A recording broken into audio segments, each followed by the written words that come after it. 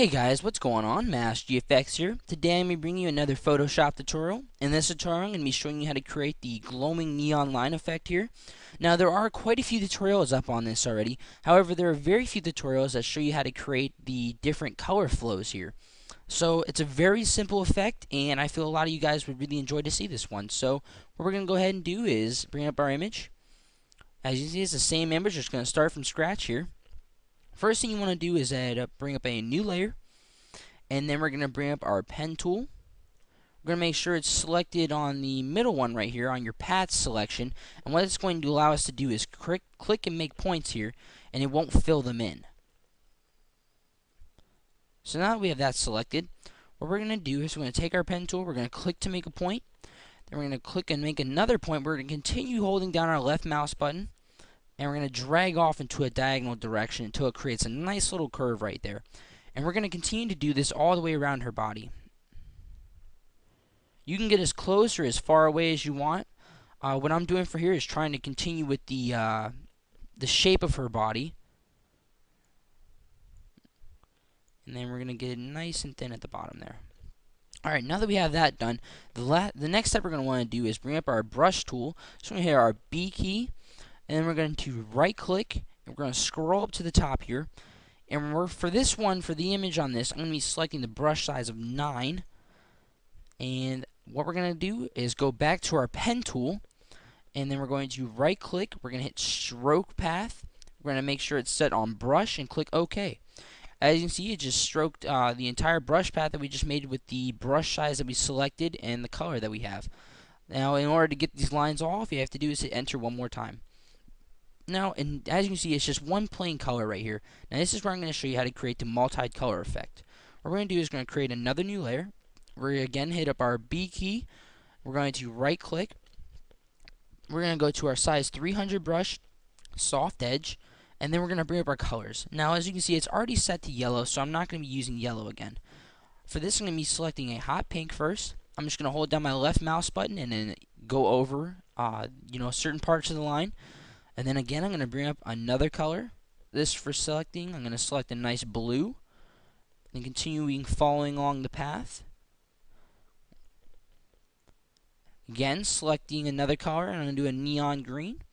And you do not have to be super precise about this, guys. Don't worry about, zooming in and getting as close as you can to the lines. You don't have to worry about that, and I'll show you why here in a second. So for the last color, I'm going to select white and just get all that. As you can see, it's a complete mess right now, and it doesn't look anything like what I showed you before. Now, here's how you fix that problem. What we're going to do is if you go up to your layer where you did your brushes, and you hold down your Alt key, and then you go in between your pen layer and your brushes layer, and you click, and you'll see a little thumbnail pop up. Now, if you click on that, it will create a clipping mask to the line that you just made. So as you can see, we have that nice little, color effects right here. And next what we're going to do is we're going to bring it out and add that neon, the really nice glow effect to it. So for this, we're going to go to our pen layer that we created the shape on. We're going to double click to bring up our blending options. For here, we're going to do an outer glow. We're going to set the blend mode to normal. We're going to set the color to white for this one. Opacity to 100%. And you can mess with the spread and size as much as you wish. And we're going to set it to about 8. Then the next thing we're going to do is we're going to add a stroke. We're going to set the size to 1. Set the color to white. And it'll create just a little bit, it'll add a nice little stroke on the outside of it just to bring it out a little bit more. Go ahead and click OK. And from here we're going to give it that effect where it's behind and coming in front of her body. So in order to do this, we're going to zoom in a little bit. We're going to bring up our eraser tool. We're going to make sure it's selected on the, for me, I like to have it on the soft edge eraser. Now, as you see, what this is going to do for us is if we hold here, it doesn't exactly erase like a normal brush would, or a normal eraser, I'm sorry. But what this will allow us to do is we can get really, a really nice selection here as close to her head as possible, because it will slowly, fade away the pixels of the brush that we did. So we can get nice and close here. And I'm not being, super precise on this, guys, so don't, don't hold it against me here. I'm just trying to make this a really fast and easy tutorial.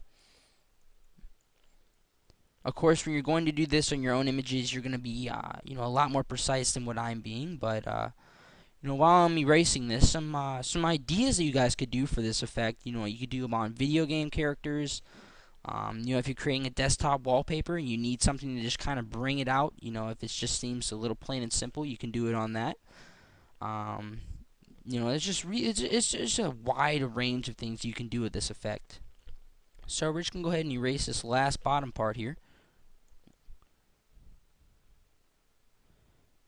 like so. Alright, now that we have that done, we can zoom back out. And I see it's a little bright for me. It wasn't that bright in our first one, as you can see. So what I wanted to do for this is I went over here to my fill option, selected the arrow, and then I just lowered the fill ratio on it. And it just kind of, a little, I don't know, I don't really know the word for it, but it just kind of took it down a little bit more. It took the tone down and just made it flow a lot better with the background. So go ahead and zoom out, and there's our image. So again, guys, this is supposed to be a quick and easy tutorial. I hope you guys enjoyed this. But other than that, guys, take it easy.